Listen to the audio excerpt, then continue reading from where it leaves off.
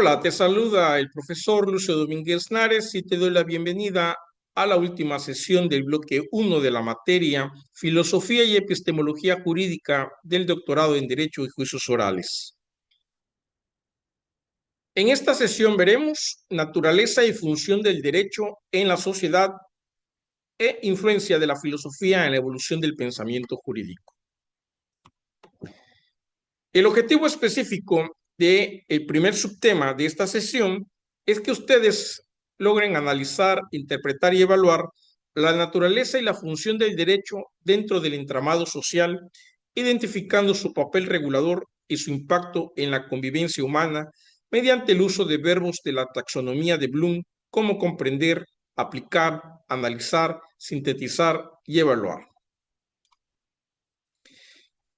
El derecho es una creación humana destinada a ordenar la convivencia social con la finalidad de garantizar la paz, la justicia y la seguridad. Su naturaleza ha sido objeto de estudio por filósofos, juristas, sociólogos, que a lo largo de la historia han tratado de definir su esencia, sus fines y sus funciones.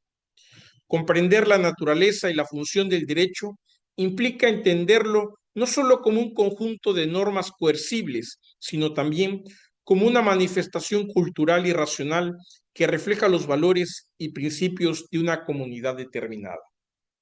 Recordemos que el derecho no es estático, el derecho es dinámico, cambia, evoluciona a la par que cambia y evoluciona la sociedad. También el derecho no es aislado, el derecho se correlaciona con otras disciplinas, con otras ramas del saber, y esa relación se concreta en una relación multidisciplinaria o interdisciplinaria. La naturaleza del derecho se refiere a su esencia, es decir, aquello que lo define como fenómeno normativo, racional y social. Mientras tanto, la función del derecho consiste en regular la conducta humana, resolver conflictos y promover el orden social.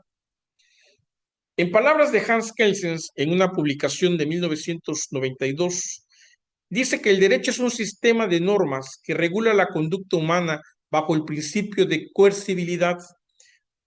Por su parte, para Rodolf von Jhering, en 1877, manifestaba que el derecho es una herramienta para garantizar el orden social mediante la lucha por el derecho.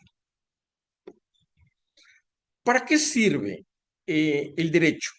Sirve para regular las relaciones humanas mediante normas obligatorias, garantizando la justicia y el orden social, protegiendo los derechos fundamentales de las personas, previniendo y resolviendo conflictos sociales y fortaleciendo la convivencia pacífica y contribuyendo al desarrollo del Estado de Derecho.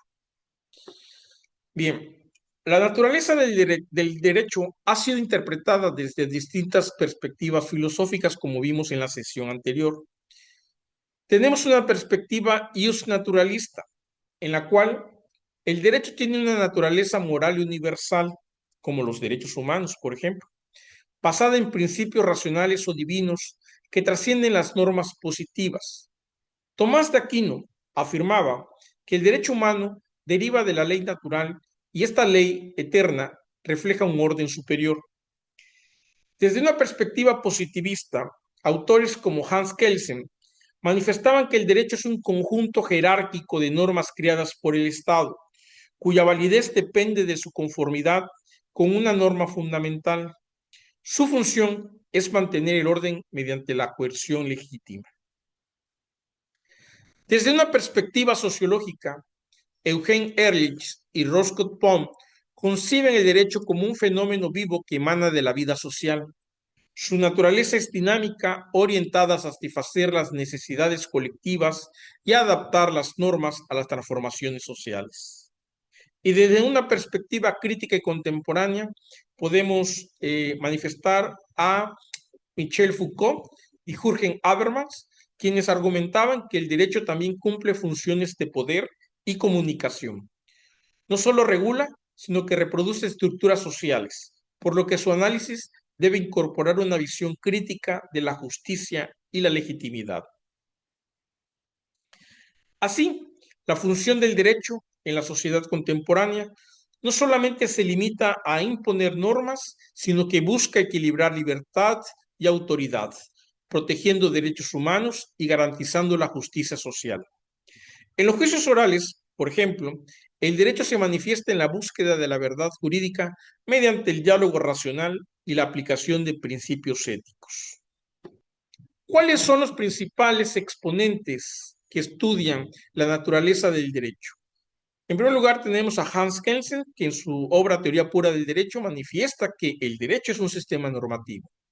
Posteriormente tenemos a Rodolphe von Jhering, que dice que el derecho es un instrumento de lucha por el orden y la justicia. Eugen Ehrlich, por su parte, dice que el derecho es una entidad viva que estudia la realidad social porque se desenvuelve en ella. Michel Foucault dice que el derecho es un instrumento de poder y control social. Y Jürgen Habermas nos dice que el derecho es un medio de comunicación racional en una sociedad democrática. Ahondando un poco más en lo que establece Rodolphe von Jhering, él decía que el derecho es siempre el producto de la lucha y esta no es un castigo, sino una bendición, porque gracias a ellas es posible alcanzar sus desideratus y sostener la idea de justicia. La teoría del interés propuesta por Rodolfo von Jhering sostiene que el derecho es un medio para alcanzar un fin y ese fin es la seguridad de las condiciones de vida de la sociedad. El derecho subjetivo, según esta teoría, se fundamenta en el interés que motiva tanto a los individuos como a la sociedad para buscar la protección y satisfacción de sus necesidades. Para Jhering, el derecho no es un fin en sí mismo, sino un instrumento de la sociedad para proteger sus intereses vitales y, por lo tanto, debe basarse en el estudio de los intereses reales que impulsan la creación de las leyes. Por su parte, Eugen Ehrlich manifestaba que él era un defensor del pluralismo jurídico. Él sostiene que el centro de gravedad del derecho no se encuentra en la legislación, ni en la ciencia jurídica, ni en la jurisprudencia, sino en la sociedad misma. Por su parte, Michel Foucault, un filósofo, historiador y sociólogo, psicólogo francés, profesor en varias universidades francesas y estadounidenses y catedrático de historia de los sistemas y catedrático de la Cátedra de Historia de los Sistemas del Pensamiento en el Colegio de Francia desde 1970 a 1984, él ocupó la cátedra Historia del Pensamiento Filosófico, reemplazando a Jean Hippolyte. El 12 de abril de 1970, la Asamblea General de Profesores del Colegio de Francia eligió a Michel Foucault, por entonces tenía 43 años, como titular de la nueva cátedra. Su trabajo ha influido en importantes personalidades de las ciencias sociales y las humanidades. Foucault es conocido principalmente por sus estudios críticos de las instituciones sociales, en especial la psiquiatría, la medicina, las ciencias humanas, el sistema de prisiones, así como por su trabajo sobre la historia de la sexualidad humana. Su análisis sobre el poder y las relaciones entre poder, conocimiento y discurso han sido ampliamente debatidos. Principales obras publicadas por Michel Foucault, pues tenemos Historia de la locura y Historia de la sexualidad. En conclusión de este subtema de la naturaleza del derecho, podemos decir que la naturaleza y función del derecho no pueden entenderse de manera aislada. El derecho es una creación humana destinada a mantener la armonía social y a encauzar la libertad individual dentro de un marco de justicia. En su función reguladora, el derecho no solo impone normas, sino que promueve valores y principios éticos que sustentan la convivencia. Comprender su naturaleza permite fortalecer el Estado de Derecho y consolidar una justicia más humana, racional y democrática. Ahora analicemos el último subtema, que es la influencia de la filosofía en la evolución del pensamiento jurídico. El objetivo específico de este subtema es que ustedes, al concluir, examinen, relacionen y valoren la influencia de la filosofía en la evolución del pensamiento jurídico, aplicando categorías críticas y reflexivas que permitan comprender la transformación del derecho a través de distintas corrientes filosóficas. El pensamiento jurídico no se ha desarrollado de manera aislada, sino en estrecha relación con la evolución del pensamiento filosófico. Desde la antigüedad hasta la actualidad, La filosofía ha proporcionado al derecho sus fundamentos ontológicos, epistemológicos y éticos, como vimos en la primera sesión de esta bloque, de esta unidad. Conceptos como justicia, libertad, bien común o norma son de raíz filosófica y su interpretación ha variado según las concepciones filosóficas predominantes en cada época. La influencia de la filosofía en el derecho se refiere al conjunto de ideas, teorías, métodos filosóficos que han orientado la concepción, aplicación y legitimación del orden jurídico.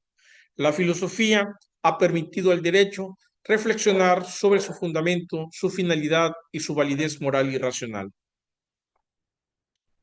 ¿Para qué sirve estudiar la influencia de la filosofía en el pensamiento jurídico? Sirve para que nosotros podamos comprender los fundamentos teóricos del derecho, interpretando normas desde una visión crítica y humanista y relacionando el derecho con la moral, la justicia y la razón, con la finalidad de fortalecer la argumentación jurídica y el razonamiento judicial que nos conllevará a promover un ejercicio del derecho más ético y racional. A lo largo de la historia, la filosofía ha guiado la transformación del pensamiento jurídico en diversas etapas. En la filosofía clásica, Platón y Aristóteles concebían el derecho como parte del orden natural y moral del cosmos. Para Aristóteles en concreto, la justicia era la virtud suprema que garantizaba el bien común. En la filosofía medieval, Tomás de Aquino integró el pensamiento aristotélico con la teología cristiana. Había un teocentrismo, es decir, todo el estudio que se generaba en la época medieval tenía como fin y origen la cuestión divina, la cuestión teológica, la cual, una de las cosas que sí se rescatan de este periodo es que el derecho se entendía como una ley natural, hasta ahí, y ya cuando la razón divina entraba como fuente del derecho, pues orientaba a que se especulara sobre las diferentes formas en que se aplicaba el derecho. El derecho positivo es una contestación al justnaturalismo y que nos convoca a que veamos a la justicia como un valor que es, dentro del Estado de Derecho, el pilar fundamental de los Estados-naciones. La filosofía moderna, por su parte, nos menciona que el racionalismo propuesto por Descartes y Kant influyó en el derecho para concebirlo como un producto de la razón humana. Kant estableció la idea del deber jurídico fundado en la autonomía de la voluntad racional. Por su parte, la ilustración y el contractualismo propuesta por Thomas Hobbes, John Locke y Juan Jacobo Rousseau propusieron que el derecho surge del contrato social como garantía de seguridad, libertad y justicia, sentando las bases del constitucionalismo moderno. Por su parte, el positivismo jurídico propuesto por Augusto Comte y Hans Kelsen desarrollaron una visión científica del derecho, separándolo de la moral y enfocándose en su estructura normativa. Corrientes contemporáneas propuestas por Jürgen Habermas y John Rawls reivindican el papel del diálogo y la justicia distributiva. Ronald Dworkin, por su parte, introduce la interpretación moral del derecho y la filosofía posmoderna cuestiona las estructuras tradicionales proponiendo una visión crítica y plural. Los principales exponentes del pensamiento filosófico jurídico clásico son Tomás de Aquino, quien hace una síntesis entre la razón y la fe en el derecho, Immanuel Kant, que hace un análisis del derecho como expresión de la razón práctica, John Locke y Juan Jacobo Rousseau, quienes sientan las bases del contrato social como se conoce hoy día y establece las bases de la legitimidad del poder. Hans Kelsen, quien a través de sus obras, la teoría pura del derecho y la teoría general del derecho, sienta las bases del positivismo normativista. Ronald Dworkin, por su parte, hace una interpretación moral del derecho y Jürgen Habermas establece la racionalidad comunicativa y la legitimidad jurídica del derecho. En conclusión de este subtema, podemos decir que la filosofía ha sido la columna vertebral del pensamiento jurídico, proporcionando las categorías conceptuales necesarias para su comprensión y evolución. Cada época ha reinterpretado el derecho desde su propia cosmovisión filosófica, lo que demuestra que no hay una única forma de entenderlo, sino múltiples miradas que enriquecen su desarrollo. En el contexto de los juicios orales, esta influencia filosófica se manifiesta en la argumentación racional, la ética profesional y procesal, así como la búsqueda de la verdad jurídica. Con esto concluimos el bloque 1 de la materia Filosofía y Epistemología Jurídica, deseándole el mayor de los éxitos en sus evaluaciones. Que tengan un excelente día.